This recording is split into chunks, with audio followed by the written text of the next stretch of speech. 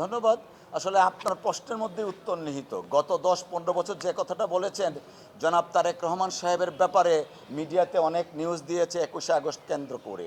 অর্থাৎ এ থেকেই প্রমাণিত হয়, আপনার কোশ্চেন থেকেই প্রমাণিত হয় যে মিডিয়া ওই স্বৈরাচার ফ্যাসিস্ট হাসিনা কর্তৃক কতটুকু কন্ট্রোল ছিল, এবং আওয়ামী লীগ এবং হাসিনার এটা হচ্ছে অর্গানাইজড একটা ক্রাইম এগেনস্ট জনাব তারেক রহমান সাহেব।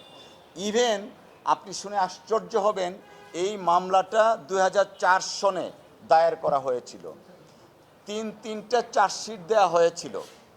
সর্বশেষ আর্মি ব্যাকড কেয়ারটেকার গভর্নমেন্টের সময় ৫ম সাপ্লিমেন্টারি চার্জশিট দেওয়া হয়।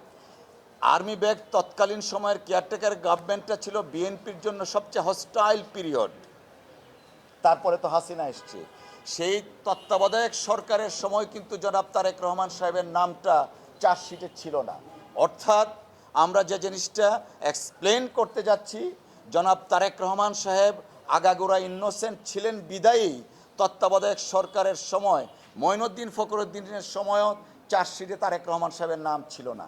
কিন্তু পরের ইতিহাসটা কি?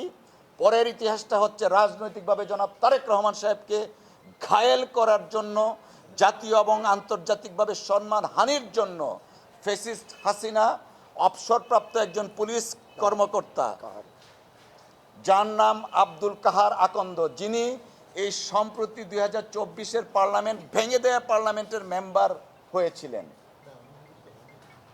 হয়েছিলেন আইজিপিকে না দিয়ে ওনাকে মনোনয়ন দিয়েছিলেন এবং হয়েছিলেন নির্বাচিত। সেই কাহার আকন্দকে দিয়ে তিনি ছিলেন একজন রিটায়ার্ড কর্মকর্তা।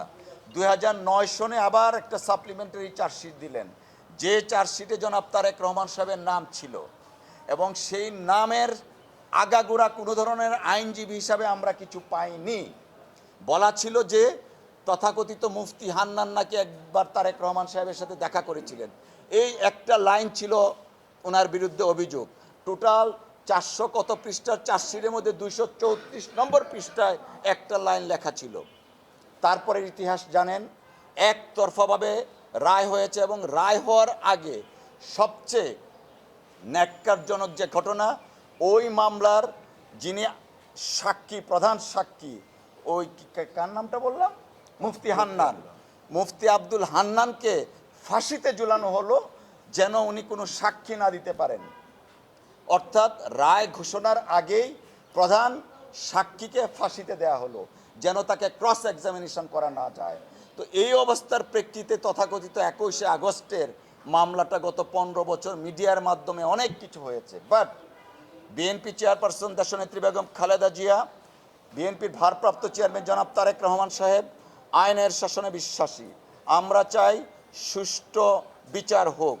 এই ২১শে আগস্টের যে প্রেক্ষাপট ছিল, সেই প্রেক্ষাপটে তৎকালীন বিএনপি সরকারের যে স্ট্যান্ড ছিল, অর্থাৎ সম্পূর্ণ নিরপেক্ষভাবে তদন্ত করে পারপিট্রেটরদেরকে শাস্তি দেওয়া, সেই অবস্থান বিএনপির এখনও আছে। ধন্যবাদ সকলকে। ধন্যবাদ।